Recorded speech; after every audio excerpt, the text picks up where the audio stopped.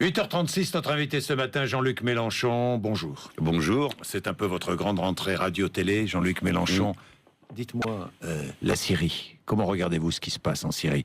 Avec ces bruits de bottes, avec les Américains qui disent que les preuves d'utilisation de l'arme chimique par Bachar el-Assad sont indéniables. Que faut-il faire maintenant? Est-ce qu'il faut frapper militairement ou pas? Non, ça serait une erreur gigantesque. Peut-être le seuil d'une guerre beaucoup plus large que toutes celles que nous avons vues dans cette région jusqu'à présent. Vous dites non à toute intervention militaire? Absolument. Absolument. Ça serait... Commençons par prendre dans l'ordre. D'abord, la menace et le danger. Pour que des gens aussi modérés et aussi tranquilles d'habitude que l'Église catholique de Syrie rejoignent le point de vue des laïcs, de l'opposition laïque syrienne. Je ne parle pas de l'opposition fondamentaliste qui, les armes à la main, mène la guerre contre Bachar el-Assad. En viennent les deux à dire, attention, pas d'intervention, c'est un bain de sang épouvantable qui se prépare pour toute la région, c'est que vraiment quelque chose de grave se passe. D'autant que nous savons que les Nord-Américains ont l'habitude d'utiliser n'importe quel argument pour justifier une intervention militaire. Alors cette fois-ci c'est le gaz, en Irak c'était je ne sais trop quoi, à chaque fois il y a toujours des armes de destruction massive. Alors je ne dis pas ça pour... Non mais parce qu'en Irak ça n'a jamais été vraiment prouvé, mais là si c'est prouvé... Ah non mais c'est le contraire mon cher monsieur Bourdin. En Irak il est prouvé que Saddam Hussein a utilisé du gaz contre les Kurdes. En 1900, en quelle année 1993, moi je vous le dis, 1993. Absolument. Mais à l'époque, les Nord-Américains... Nous sommes intervenus en 2003. Oui. La deuxième guerre d'Irak, en 2003, que nous n'avons pas soutenue, nous les Français, à juste raison d'ailleurs. Ah bon, d'accord. On est d'accord. Moi, la première non plus, j'ai voté contre. Sauf qu'en 2003, on est intervenu parce qu'il y avait une éventualité d'armes massives. Non, mais c'est pas ce qu'on nous a dit, monsieur Bourdin. Si vous vous souvenez bien, nous avons vu le ministre des Affaires étrangères nord-américain montrer une petite capsule, montrer du doigt, et tout le monde disait, ah bon, bah quand même, il y a la preuve est formelle. Le ministre de l'époque, monsieur Blair... Attendez, laissez-moi finir au moins une phrase, monsieur Bourdin, si vous voulez bien.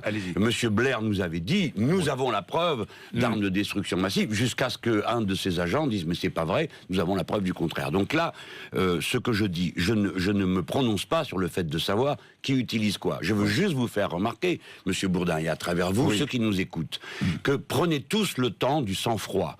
Rappelez-vous qu'il y a à peine 6 mois, je me souviens, j'ai entendu ça à la radio, je venais vous voir, la personne qui fait le rapport de l'ONU sur la situation à l'époque en Syrie, pour l'ONU, madame, l'ancienne présidente du tribunal pénal international, madame Del Ponte, je crois, disait que les armes chimiques avaient été... Voilà, Del Ponte, étaient utilisées par l'opposition et non pas par Bachar el-Assad. Donc, on dit que ces armes sont utilisées ou par les uns ou par les autres. Bon. Vous savez comme moi que cette opposition armée, j'ose à peine l'appeler opposition, mais enfin disons, l'armée d'opposition à monsieur Bachar el-Assad ne pourrait pas tenir le choc contre une armée régulière depuis maintenant plus d'1 an si elle n'était pas elle-même armée continuellement par des puissances étrangères. Par conséquent, la guerre est commencée. Notamment. Voilà. Le Qatar, qui est, comme vous le savez, un allié privilégié de la France, qui a une tendance de plus en plus avérée à partager son point de vue international. Donc je le signale aussi pour que mes compatriotes y réfléchissent.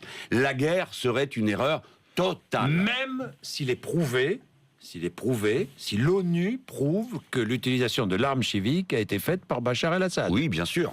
Malgré tout. Mais écoutez, monsieur Bourdin, sinon où va-t-on ? On intervient partout. Alors, quel est le crime le plus dégoûtant? Alors, c'est l'arme chimique. Bon, supposez que il y a des traités internationaux concernant l'arme chimique. Bien sûr que un traité qui date de 1925. Absolument. Êtes-vous certain que les États-Unis d'Amérique l'aient signé? Monsieur Bourdin, je vous pose la question. Non, mais c'est vrai. Bon, vrai. Deuxième question. Il y a des choses que nous savons. C'est que les États-Unis d'Amérique ont pour habitude de reprocher... Mais je n'ai pas l'intention de défendre l'un ou l'autre des points de vue. Je dis, il ne faut pas faire cette guerre. Je vais vous donner un cas concret, monsieur Bourdin. Allez-y. Vous venez de me dire, si l'on a utilisé les armes chimiques, faut-il intervenir militairement? Évidemment, c'est une situation épouvantable d'utiliser l'arme chimique. Mais supposez que la thèse qui l'emporte, ce soit celle de cette rapporteure des Nations Unies, à savoir que c'est l'opposition qui utiliserait des armes chimiques, est-ce que nous irions bombarder l'opposition? Vous voyez bien qu'il y a une manière un peu simplette d'aborder la politique. Est-ce que nous ne savons pas qu'il y a en Syrie une base de la Russie qui peut comporter jusqu'à 40 navires, et vous croyez que la Russie va lâcher prise au moment où les États-Unis d'Amérique déploient avec la 6e flotte plus de 40 000 hommes dans le secteur? Enfin, arrêtons la comédie.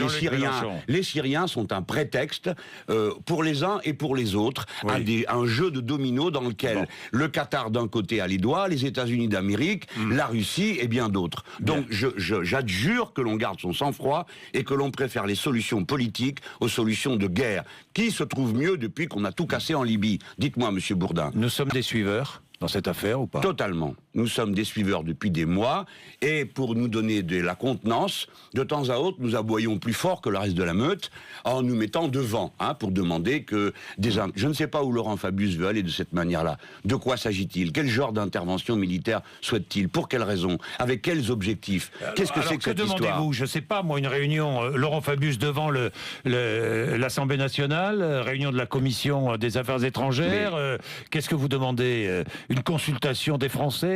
Alors, les Français, on ne va pas consulter les Français sur ce que doivent faire nos diplomates, parce que c'est parfaitement clair. Les Français, la République française est partisane d'une solution politique. Donc elle pèse de tout son poids, elle va et elle vient, elle va voir M. Bachar el-Assad, elle rencontre les opposants, et elle voit de quelle manière on peut sortir par le haut de cette crise. Vraiment, je demande qu'on y réfléchisse. Là, nous sommes sur la poudrière du monde aujourd'hui, à cet endroit-là. Nous ne pouvons pas pousser un pion à un endroit sans que c'est une conséquence immédiate sur le Liban et une conséquence immédiate sur Israël. Là, on ne joue pas avec le feu. Ce matin, j'avais Jacques Miard qui disait exactement la même chose, député UMP. Exactement la même chose. Mais pourquoi pas? Pourquoi pas? Écoutez, et Marine Le Pen dit exactement la même chose. Mais pourquoi pas? Mais pourquoi pas? Mais quel est le problème? Tout de même, on a le droit d'avoir un point de vue français, non? Mais moi je bon, quand M. de Villepin s'est opposé, M. Bourdin, quand M. de Villepin s'est opposé à la guerre des Nord-Américains contre l'Irak, j'ai soutenu le point de vue de M. de Villepin. Lorsqu'à la première guerre du Golfe, je me suis opposé à la première guerre du Golfe. Et pourtant, c'était François Mitterrand qui l'avait décidé. À chaque fois, moi, je raisonne non pas en fonction, écoutez-moi, pas en fonction d'étiquettes politiques. Je réfléchis en fonction de l'intérêt de la paix du monde. Ça ne peut pas être le système des shérifs, monsieur Bourdin. Vous croyez que je n'ai pas compris ce qui se passe, ce que sont en train de faire les Nord-Américains à leur manière, en prenant le prétexte d'une buse butée et bornée comme monsieur Bachar el-Assad? C'est une nouvelle fois étendre les doigts, contrôler le monde, créer un soi-disant Occident opposé à toutes sortes de ce qu'ils appellent le choc des civilisations. C'est ça qu'ils sont en train de faire les Nord-Américains. Et nous sommes derrière comme des petits Mickey en train de répéter la propagande nord-américaine chaque fois qu'elle commence. Est-ce que vous avez trouvé normal que la France cet été intercepte l'avion de M. Morales, président de la République de Bolivie, au prétexte que dans l'avion, il y aurait peut-être M. Snowden, qui est un bienfaiteur de la France, et qu'on devrait décorer et accueillir en France, au lieu de le pourchasser et d'être les larbins des Nord-Américains?